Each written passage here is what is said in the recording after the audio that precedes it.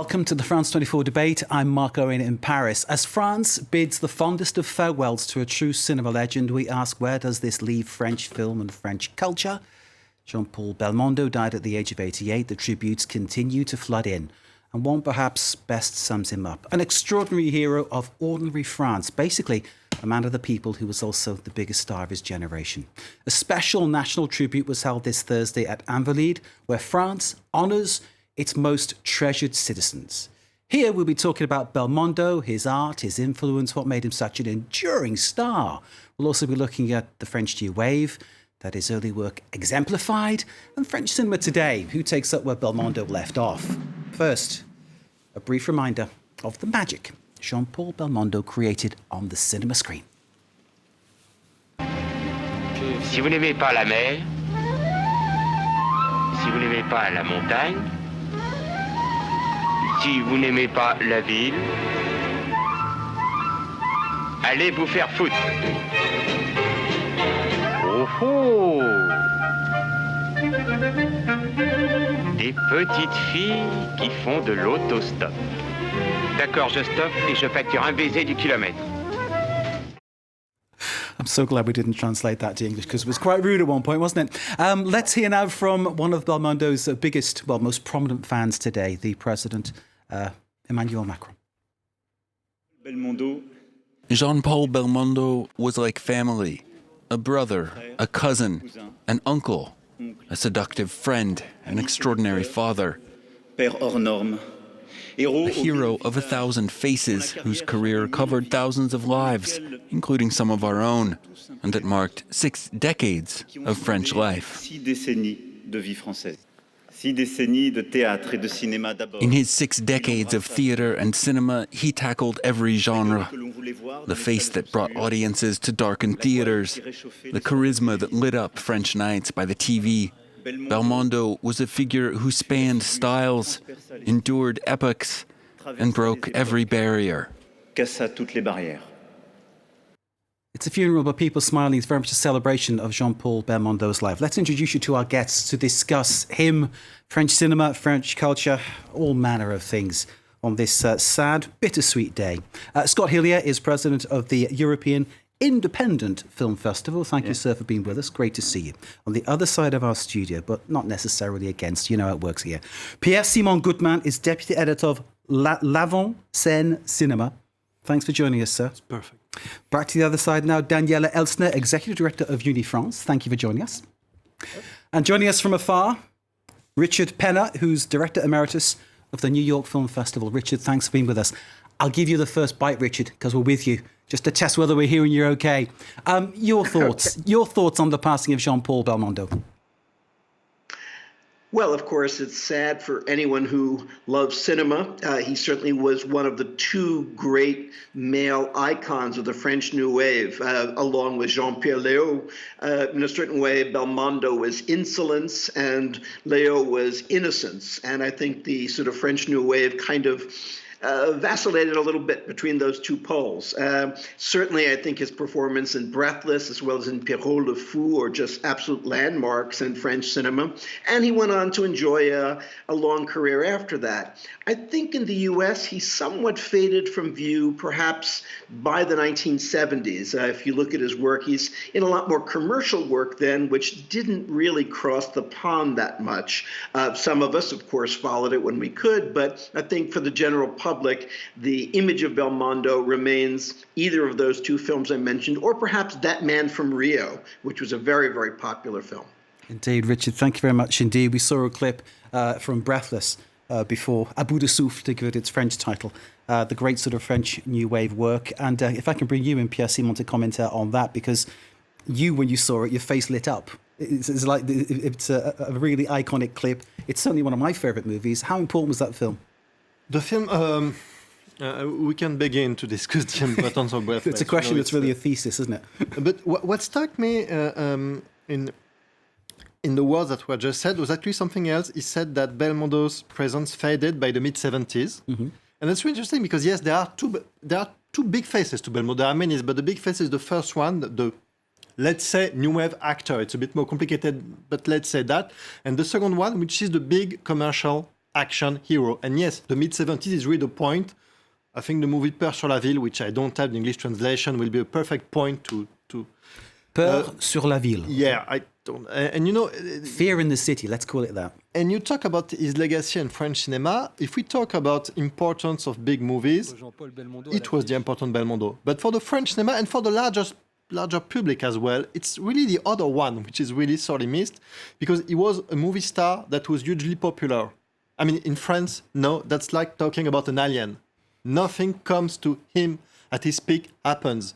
Once, because I was working on a paper on economy, I saw all his success. You know, it's amazing. He was he was a superstar in the monetary sense. We can talk about many things, but every movie with him, if it made just money, it was a failure.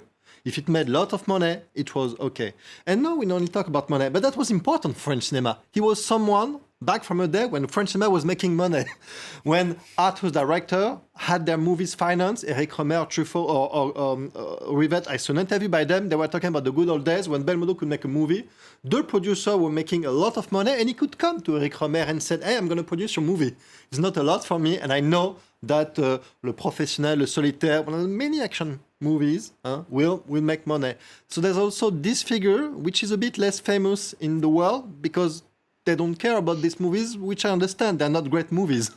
But in the scheme of French cinema, it's very important. We also mourn someone which was actually a popular actor, and we don't have that a lot. Extraordinary man for ordinary France was how Line Renaud summed it up earlier today. Can I bring you in to talk about it, Daniela, what you think? Because I think what we're seeing here is two sides, as Pierre Simon was saying there. The new wave Belmondo, then the sort of popular Belmondo, who managed to connect with ordinary people, which is a fairly unique skill, isn't it? Yeah, and I think it's particularly interesting because if you look at what Richard just and you repeated, that actually, indeed, there were two faces, and then somehow Belmondo faded maybe in the US, but actually in Europe. I was looking through all the tributes that Germans and Spanish and Italian newspapers paid to Jean-Paul Belmondo today, and actually there is this popular face of Belmondo also for Ace of Aces, for The Professional, which actually did very well in Europe, but did cross less. And I think it's really something, I think this icon also came out of it. I think we can be very proud as France to have this actor who actually united in his career, starting with Godard, with the New Wave, which actually was also something that was for the US, like really something starting again to bring French cinema back to the public in the US, and then continuing his career in Europe, crossing. Of course, he also Breathless went all over the world, but then the more popular films crossed very well in Europe. And I think this is also very important for me that actually he made it all. But what is it about him that sort of spoke to ordinary people, do you think? I think people sense, and President Macron was talking about this, he felt like he was one of the family. What was it about him particularly, do you think? I think this is what touched all of us today the most. No? When Macron, our president of the French Republic, says he was part of the family, and I think that basically a lot of Italians today were able to say exactly the same thing as the Germans, as maybe a lot of people in the US.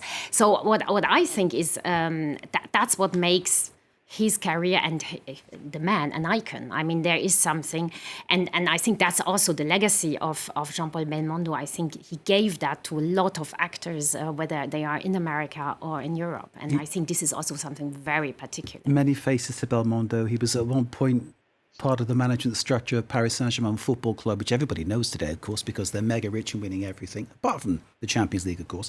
Had a career as a boxer too. There was a photograph we showed earlier on. He's kind of blocking a shot. That was in my French grammar book as a child, sort of school, and it made me get more interested in learning French. So Belmondo there on another level, working his magic. Let's bring in Scott Hillier, president of the European Independent Film Festival. So go on, what do you think? I'm just doing some research about coming on tonight, but there was read an article that there was sort of Americans were sort of comparing him to Humphrey Bogart and stuff like that. It was very, very interesting. And I'm just going to read a quick quote. It's like, he represented something tough yet vulnerable, laconic but intense, notably lacking in neurosis or the stumbling insecurities of Homo Americanus.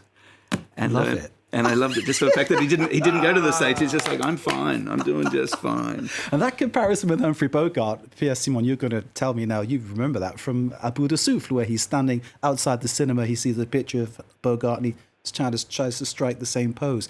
It was this kind of, I don't know, sense of being able to almost do things as naturally as people in the street would do it, that kind of, I think, maybe sort of spoke to people.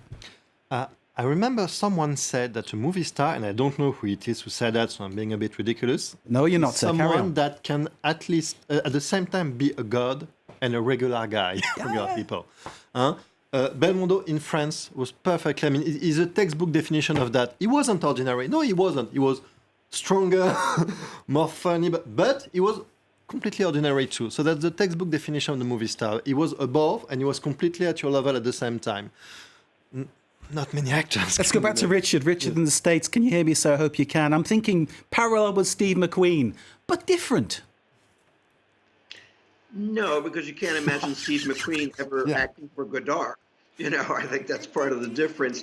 You know, I mean, Belmondo was, Belmondo was a great figure. As I said, you know, I think in the U.S. there's such a difference between, say, the 50s and 70s with regards to French cinema. In the 50s, there was actually a fairly rich presence of French cinema beyond what we would think of as art films. I mean, thrillers like Touché par Grisby or some of the big literary adaptations, The Charterhouse of Parma and things like that. All of those received big releases in the U.S. That died in the 60s. After that, the only French films that came were quote-unquote art films. I can remember looking at Belmondo's filmography. I remember Borsalino, which is about 1970. He had a little bit of a run in the U.S., but really after that, I think he faded. And part of that is just maybe in the U.S. people feel we have enough popular cinema. We don't need necessarily French thrillers, whatever. It's a shame because some of them are quite good. But that has always been, as Daniela can tell you, a much harder market to crack. I mean, there's a art circuit, as minimal as it is, in which French cinema is not only welcome, but is in many ways dominant. But in terms of the commercial cinema, it's much harder for those other films to be seen here, except if you're a Francophile or have a particular interest or something like that. Perhaps in the era of home video, it became a little easier, but still, these weren't films that had a big repercussion. I can, in fact, remember a show when I worked at Lincoln Center, a show that we did called Rendezvous with French Cinema. We showed the film by Cédric Clapiche called Pourquoi Pas, or something. Was that Pourquoi Pas? Perhaps, I think was the English title. Anyway, in that film, Belmondo has a part, and many people were shocked when they saw Belmondo, because they had never seen an old Belmondo. And I remember people coming out afterwards saying, oh my God, I couldn't believe that was Jean-Paul Belmondo. So it was, very kind of funny because indeed, I think it had been for many people decades since they had seen him in a screen role.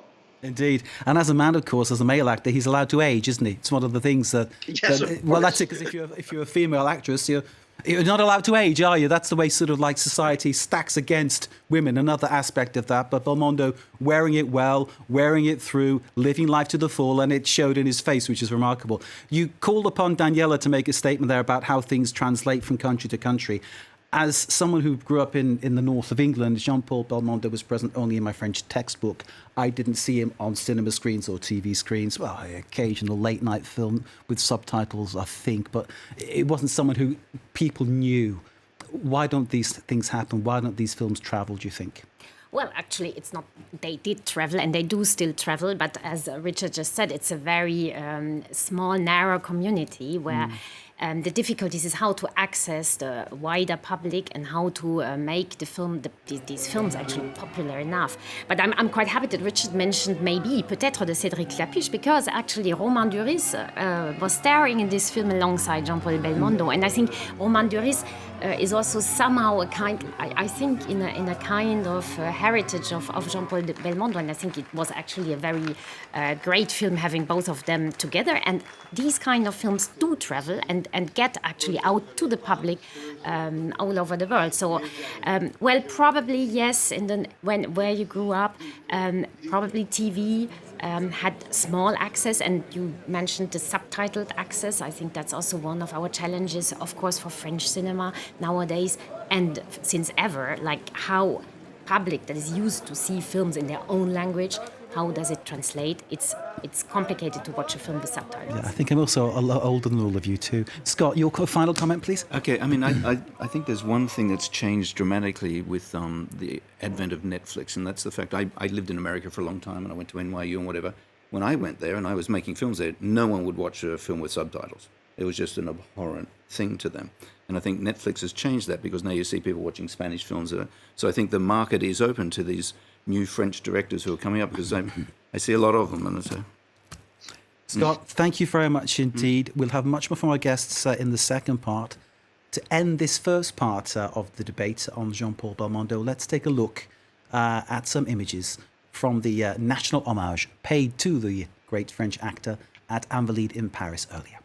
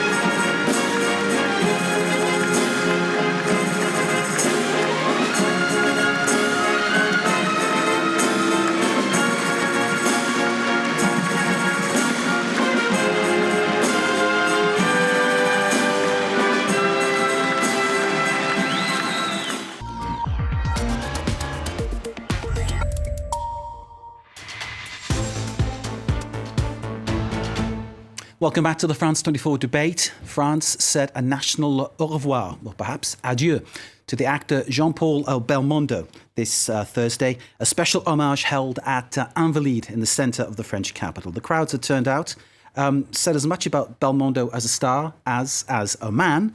And we're here paying tribute and asking whether French cinema will ever shine quite as brightly as it did with Bebel, as he was known, in a leading role. Let's introduce you to our guests here to discuss this. Scott Healy is president of the European International Film Festival. Thanks for being with us, Scott. On the other side of our studio, Pierre-Simon Gutmann, deputy editor of L'Avant-Scène Cinema. Thanks for being with us, sir. Daniela Elster is executive director of Unifrance. Thanks for joining us. And joining us from afar in New York is Richard Penner, director emeritus of the New York Film Festival. Richard, thanks for being with us. Before I let loose the guests to talk more about Belmondo, his influence, and what happens next in French cinema and culture, let's take a little look at the fans, the people who watch and will, of course, remember Jean-Paul Belmondo. A PSG shirt with an unexpected name on the back in honour of this football fan's favourite actor. Moi, c'est mon père qui m'a montré tous ces films, en fait. L'As des As, Le Magnifique, Le Marginal, tous ces films, vraiment, il me les a tous montrés et moi, j'ai accroché direct. For older generations, Jean-Paul Belmondo's car chases, stunts and fight scenes are iconic. Though will they capture the imagination of young people? Donc moi j'ai 20 ans, j'ai regardé quelques films de Jean-Paul Belmondo parce que mon père est très fan de Godard. C'est comme ça que je l'ai connu, notamment dans Pierrot le Fou. J'ai vraiment adoré le film. Pour moi, Jean-Paul Belmondo, c'est un peu l'acteur star de nos grands-parents. Je pense pas que ce soit has-been ou que ce soit déconnecté. Je pense que non, il y a toujours vraiment un fond info actuel. Non, je connais pas bien, j'ai pas regardé toute sa filmographie, mais je connais deux noms. Will parents and grandparents show the films of their childhood to their children? J'aurais au moins montré À bout de souffle. Pierrot le Fou, c'était un peu plus difficile. Et puis, dans un autre style, Le Professionnel. Je pense que c'est vraiment essentiel pour la transmission, pour la culture même française. C'est quelque chose qu'on aime partager avec eux. An icon in France of his generation, Belmondo's memory will live on through his films, with his passing prompting many to either re-watch or discover certain classics for the first time. Straight home to watch Abu Dassouf tonight. I think that's what'll happen in our house. Pierre Simon, can I bring you on this one? Because what we saw in that piece was a lot about the popular films that Belmondo made. What you would describe, I think, as the second part, the popular part of his career, far removed from his work with Godard, for instance. Very different. Very different, but it happened quite gradually because actually he became a very popular film star very early on. The movie that made him a popular movie star, there's one precisely, it's called The Man of Rio. I think we can, that's the movie that made him a huge star and allowed him to be the equal of Alain Delon, which was the other big star that started the Belmondo Delon. And actually Belmondo was much more popular than Delon, actually. There wasn't really a fight. But it started much more gradually because after he made The Man of Rio, he still made Pierrot le Fou. He still made a lot of these movies. So he was both of them for a long time. From the mid-60s to the mid-70s, there was a point when he was both, really. He could make a Godard movie and make it popular because Pierrot le Fou really had quite an impact commercially too. And at some point, and in Belmondo Biography, they talk about it, he stopped. It was a choice from him, I think. He became a brand. I'm a brand. When I was a kid, a Belmondo movie that was big, posters, his name was always with the same typo. It's very famous. That shows you how much a brand he was. And if we talk about history, there's one movie called Stavisky by Alain Resnais, which is important because he produced that movie and it was pretty much a commercial failure. And it's probably the one when he tried again to do both, It's the one movie when we can see the super popular superstar Belmondo trying to work with Resnais, trying to still be him with the same poster, the same typo, and trying to do something a bit more ambitious. He produced it. It didn't work that well commercially only. I think it's a good movie. And, it's a choice he made at some point. He decided to leave this all behind and to become this kind of poster boy, action star, to make one movie a year, always a success. Never. And to do it up until almost he was 63, 1985 approximately. It's amazing how the titles really stick in your mind because my producer Charles Went and I were having a discussion earlier today about this actual debate and we were actually sort of talking in Belmondo movie titles rather than actually making statements because they're so evocative, a lot of Le Professionnel, Le Marginal, things like that. And it was our little joke there and that's how we are here sitting around here doing this actual debate.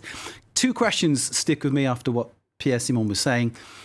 Belmondo, Alain Delon. Why did Alain Delon perhaps seem to have more of a career in Anglophone circles, perhaps? Because as a kid growing up in the UK, I was aware of Alain Delon before I was aware of Belmondo. And can you do both art house and be popular? Or does there always have to be that gap between the two? Daniela, can I ask you for an answer on both of those questions, please? Well, I think on the question, can you be both? I think yes, because actually he did it in a way, and he is this icon that left us a few days ago. I think it's more and more difficult because actually the market is nowadays, of course, getting more and more difficult, and you have this kind of we have all the platforms coming in. We have a new kind of business model working on cinema, but also on these series. But just to name one, because I think it's also someone we all know nowadays, like someone like Omar Sy, who actually came out. He never went on the very art house cinema, but he still went. He made films that traveled all over the world, and nowadays he got picked up somehow by the bigger platforms, and now is really internationally a huge star. So I think there is something possible. It definitely changed because you can't, I think the Nouvelle Vague, like the whole movement of the Nouvelle Vague, I think did change literally the whole world and the perception of French cinema worldwide. And I think this is something unique. And nowadays we have a heritage of the Nouvelle Vague and people, there's some art house films that will more really be in this heritage, and others really definitely do more popular films and not and to put all of this together will be more and more difficult, I think, within the new world of our market that changed a lot. For Alain Delon, I'm not a big specialist of Alain Delon, but I think the career-wise also, when it came, for instance, Italy was a big country of production and co-production, and I think Alain Delon very quickly also deliberately went to co-produce in different films, etc. Maybe something that Belmondo, it came more up to him, but maybe someone of Richard, maybe you have also an inside view for Alain Delon's. Richard, what do you think? Well, he's here. Well, Go ahead. To me, I mean, there's a little bit of a different substance. There's something much finer about him, almost a little fragile. But, he, as Daniela said, he very early started working in, say, Italian films, Rocco and his brother, Antonioni's Eclipse, The Long Night of Summer. I mean, really wonderful Italian films, and continued, I think, to have perhaps more of a foot in that area than, say, Belmondo did after the 1970s, with the noted exception of Stavisky. Let me just say one thing, though. One thing I have always admired about French actors in general is that they have a much greater willingness to work with younger or more experimental directors. Catherine Deneuve will work with Philippe Garrel or with Arnaud Desplechin, or, in a certain way, this level of actor, Vincent Lindon, who's currently in Titane. These are actors who are incredibly well established. They could lean back and do whatever they wanted, and yet they challenge themselves and perhaps their audiences by actually collaborating. It's almost impossible to imagine a Robert De Niro or a Meryl Streep working with a director at that level of budget and production and notoriety. They just wouldn't do it. And it's something I admire very much about the French. And it's one of the many things I can say I admire about French cinema. It's great. And you guys are giving me a whole list of films that I have to watch, and I'm going to be very busy when I get some free time at the weekend. Scott, can I have your thoughts? Well, I mean, it's very interesting about, I'm a film director, and I'm always looking for actors and actresses, and it's very hard to do globally, but it's easier in France. And I came across a great quote here. It's like, French film culture in general is marked by an openness to the possibility of the new, the expectation that something revelatory might be just around the corner. And that's why film festivals like Cannes, which I don't always agree on, but, it's fueled by that sort of tantalizing sort of fusion of something new and great that's going to come around the corner. This is great. But just one thing, I mean, we're on the show, I can see a big sign there that says the debate. We haven't debated anybody, and I know that they check for knives and guns outside. Go ahead. So, I'm in the privileged position of, in the president of a festival to actually see all the new up-and-coming film directors, and it's a fabulous thing to watch. But to bounce this out, I'm Australian, but, to the French here, it's like, there's a great headline here. It's like, French cinema is more than just entertainment. Is that true? And is it going to be true going on? Of course, this is a big question that escapes. I used to watch a lot of new movies too. I stopped, but for 7 years I was a programmer for the Critics Week in the Cannes Film Festival. So I watch every first and second movie in the whole wide world. Stuff that would never come out actually in a million years. So I was really in position to talk, and even though it was an international festival, French films was a big obsession because we needed at least 2 big French films, and I can see. And trust me, when you work at the Critics Week or in Cannes, even though they talk about the world, everybody wants to know what are the French films that you selected. And actually, because you bump into the producers at some places, you shouldn't also. But that's the big question. And the thing is that we can't really talk about Belmondo because he came from a different place where commercial cinema was actually really working very well. I mean, this isn't happening. Omar Sy is close to it, but it's not there yet. Belmondo was someone that you cast in a movie, people went. That's it. No one is like that. And we have a lot of French cinema that work commercially, but commercial French cinema doesn't work, which means that producers produce movies, they hope it's going to work, but there is no formula. A lot of commercial movies tank every year. A lot of comedy that should be popular tank all the time. And sometimes it works. But it's not like before where producers were sure of the recipe. Let's put Belmondo in, he will do this, people will come. And my God, they did come. And sometimes Alain Delon. So French cinema is mainly this, because the basic French commercial cinema isn't there anymore. What about the likes of Marion Cotillard, for instance? I mean, she's well known. Is she someone who can make a film work? Omar Sy, you said. I mean, certainly he's making things work on Netflix, isn't he? With the Lupin series. We talk about Netflix being important like that. Perhaps that's where the future of French cinema, in inverted commas, lies, via that medium. I don't know. I mean, Marion Cotillard, what do you think? Marion Cotillard is almost one of the biggest stars there is, but if you look at her track record, all her movies unpopular, which is really not. She's amazing. She's a great star. She's amazing. This is really, I'm really being, for once, the pragmatic, which is quite unusual for me, but I took this spot. That's what debates are. Someone takes a spot. It's not, well, so I'm in this spot. But this is, you have to understand that if we do French history of cinema, in the 1980s, there was a rush to find the new Belmondo and Delon. But that's really a thing, because Belmondo Delon was pushing in the 50s. They were playing Tom Cruise, I'm still young at 57 years old. But we knew it wasn't the case. And for 7 years, 10 years, they tried to. And they're not as famous. They were Bernard Gérando, Gérard Lanvin, Richard Berry. It never worked, but I can find you the movies. They tried as hard as they could to turn them into the new Belmondo and the new Delon. Gérard Depardieu? Gérard Depardieu, I remember a book by a famous French called Jean-Michel Frodon. He said that Depardieu took the mantle from Belmondo. Belmondo took it from Gabin, you read the book, and then Depardieu took it. And he did take it. Except in the box office, because if you're a producer, you produce a Depardieu movie, people won't necessarily come. They'll come to 1 out of 3. He did take the mantle. Depardieu is the one that took more or less the spot of the Grand film actor that Belmondo had, that Gabin had before him. But that really wasn't the same thing. I mean... Hang on, come to you in a moment, Richard. Yes. Go ahead, Daniela.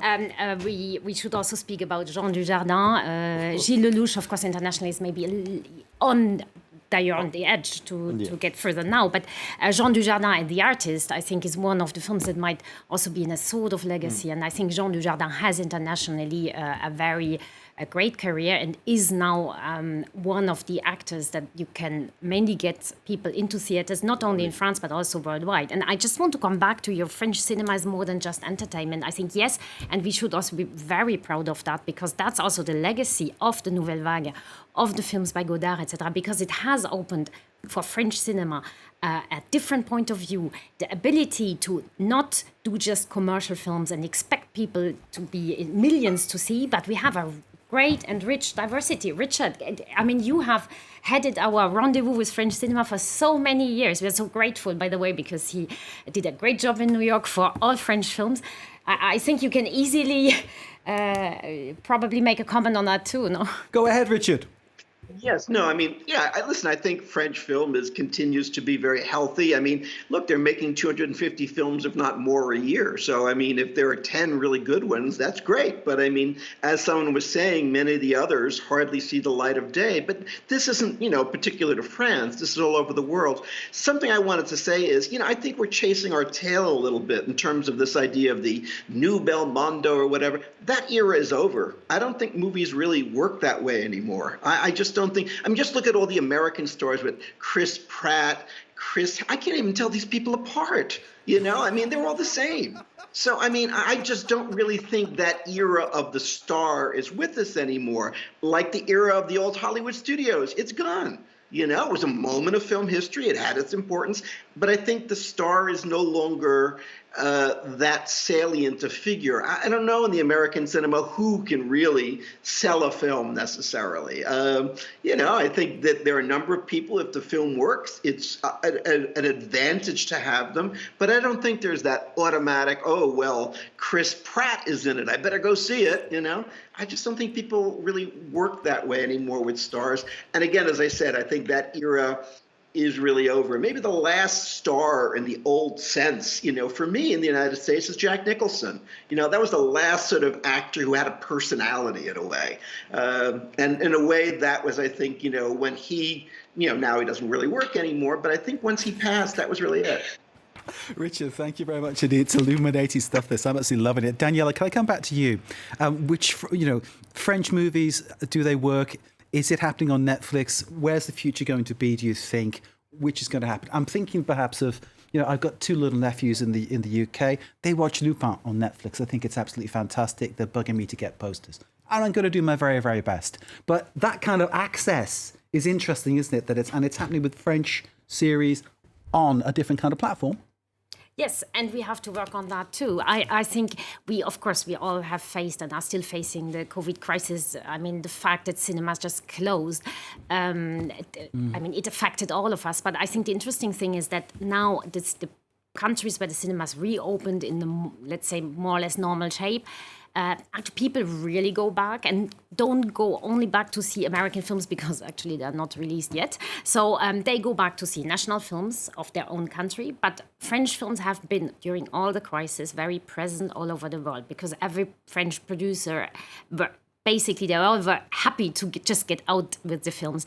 And I must also say that the French artists were very present and very connecting to the public worldwide. So we have a real challenge of getting people back into theaters, but I still think there are two ways. I mean, you watch your series at home, you don't go out, there is no specific effort, but there is also no sharing of this very specific moment.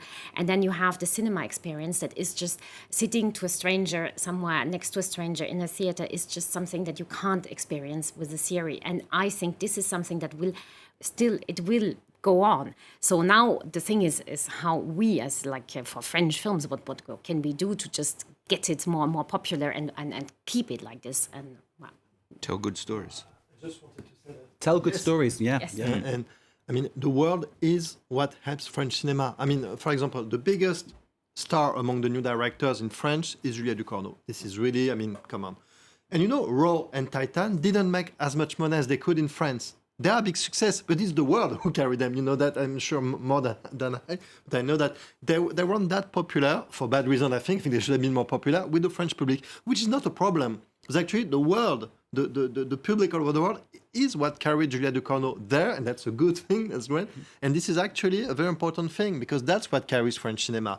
That's the international. That's something that really we must not forget. That's where the challenge is, actually. We have a huge generation of young women making films. Céline Sciamma is the portrait of Lady on Fire, is the film that in 2020 had the most, it was widest success publicly in theaters worldwide. So it's the best French film worldwide. And I think this is also something to be mentioned. She's a huge star in the US. And we are very happy to have a lot of young women directors. So that's probably, I mean, Julia Ducournau is of course, with the Palme d'Or winning only single female winning the Palme d'Or, I think is something great. So, Second female. But Scott? the only one she got it for. There was no. It was a double Palme d'Or double with Palme Chen d'Or. Kai-shek, I think. Yeah. Double Palme d'Or. So I think the thing about French cinema is the fact that, you know, they always say that there's a very, you know, they're often a reflection of life. And we had a film a couple of years ago in our festival that ended up winning a big prize in our festival called Les Miserables. It was the short film. And then due to that, he went on to make a much bigger film. And I think, you know, a good story is always going to top a good star, because people are going to go back and say, wow, you really got to see this film. They don't say, hey, go back and watch Tom Cruise jump out of an aeroplane. So I think that the storytelling is always going to win. And the French can be very good at it. They can also sort of miss the line sometimes.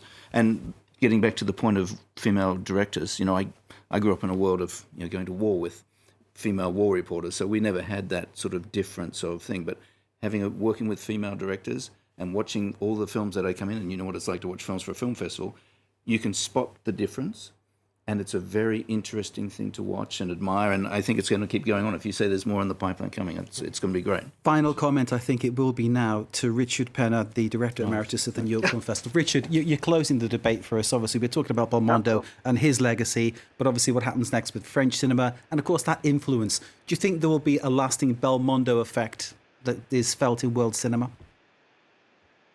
Frankly, no. I'm sorry. I mean, I think he's great, and I'm glad he's part of film history, but I don't think there's really a legacy that's going to go on. Times have just changed too much. I mean, even the notion of popular cinema, whatever that means, you know, I think is significantly challenged nowadays. We're living in a time of transition. No one really knows what things are going to be like if we ever get out of the COVID crisis. So even going to the movies, you know, I don't have a lot of hope for theatrical presentation in the next 10 years. You know, I think it's going to really diminish quite a bit. And this is going to change. I do agree with what Daniela said. Watching a series is really different than watching a movie, but that's going to become the paradigm. And we'll see how we deal with that. People clinging to stories or clinging to stars. Quick one, go on, Scott. Go on. Quick one. When you love life, you've been to the cinema. But you know, you said the story over, but Belmondo was the life. That's what he was. Yeah, I know. He got fired. He got a terrible not going for the conservatory because what he liked was living, was improvising. It's very famous that he wanted to be a stage actor, to be comedy. He wasn't because he was too much. Thank you to Richard Penner, New York. Thank you to Pierre Simon Goodman, who's just finished speaking. Thank you to Daniela Elsner, and thank you to Scott Elia. Most of all, thank you to you, and thank you to Jean-Paul Belmondo for your fantastic career, sir. Rest in peace. Stay with us here on France 24.